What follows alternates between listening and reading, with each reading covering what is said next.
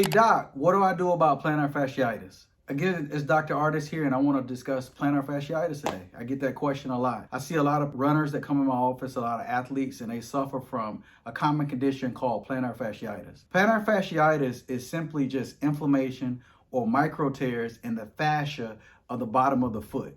So if you look at the bottom of the foot, it's a thick layer of fascia tissue at the bottom that actually supports the bones in the foot that ultimately supports the structure of the whole body. And when that becomes inflamed due to a lot of different reasons, which we're going to go over, it can be very painful. It can cause people to actually have to sit down or withdraw from activity for a period of time.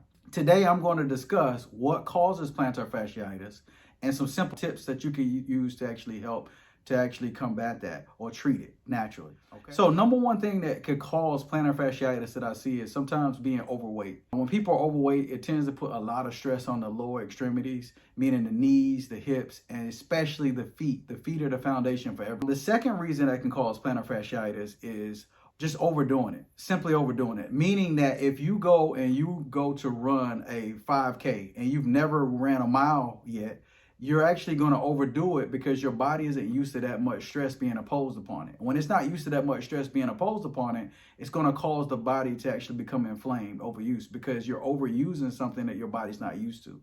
So gradually, if you want to do a marathon, you want to do a half marathon, you want to do a 5K, you want to start out by doing just some of the baby steps and start to crawl before you walk and start to walk before you run. So you want to start out with maybe a quarter of a mile, half a mile, then going into a mile, and then going into 2 miles, and then going into 3 miles, and that so forth.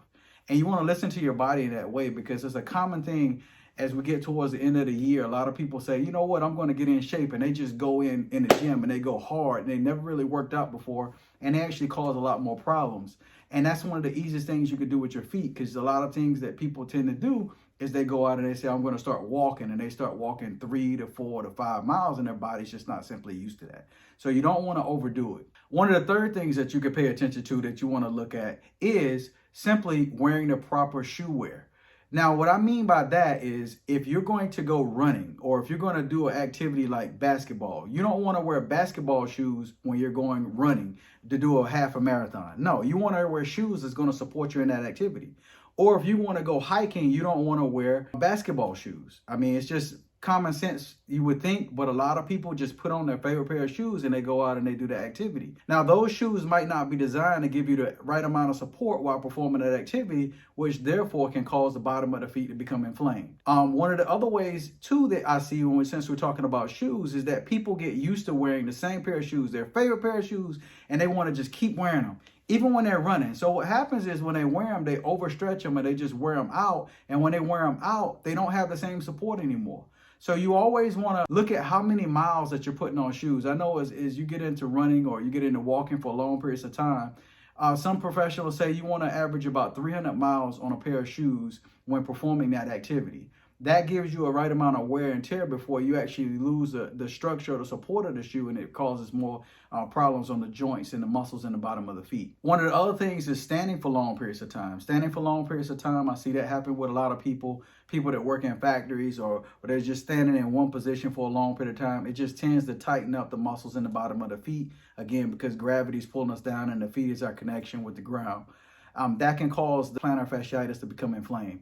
Now, some things that you could do about that. Number one is you could actually lose weight. That's less pressure on your body. That's actually putting pressure on your joints, and that can relieve a lot of pressure in itself.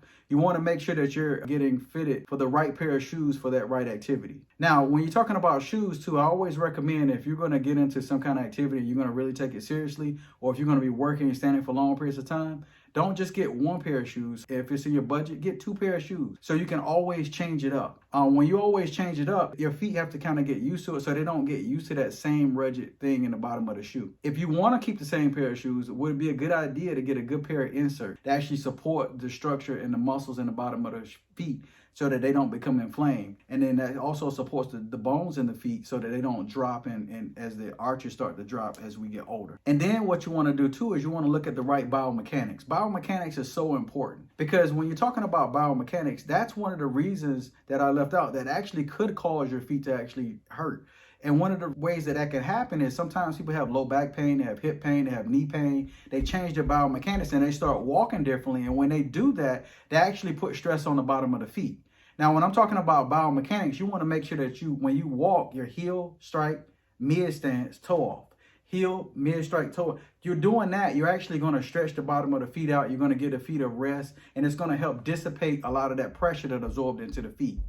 One of the easiest ways, and I got two things right here that you can actually stretch those out, is either a tennis ball and a golf ball. You can actually roll it on the bottom of the feet after you finish the activity. When you roll on the bottom of the feet when you finish the activity, that can almost massage or give it a deep tissue massage in the bottom of the feet. Could actually help to reduce the amount of inflammation. Now, if you do have inflammation, one of my favorite go-tos is called rice. That's simply resting for a couple of days, icing, compressing, wrapping it up if you have to, and you want to elevate your feet to reduce the inflammation. That can actually work wonders as far as helping your body to recover and heal faster. Now, I don't want to leave this out, but one of the most important things that you could do also too is a simple supplement called magnesium. Magnesium is known for relaxing tendons and ligaments in the body. It causes a lot of other benefits that it has with it. But one of the things that I've recommended a lot for is you want to make sure that you're getting enough magnesium in, and you can get that from dark green leafy vegetables, or you can go out and get a supplement, and you want to always follow the recommended daily allowances on that. Those things right there should help you if you do have plantar fasciitis. If it's not too advanced and those things don't help, you might want to seek medical treatment to where you might require injections or some kind of advanced therapy. Again, I'm always here to help. I hope that helps you. Thank you, and I'll see you next time.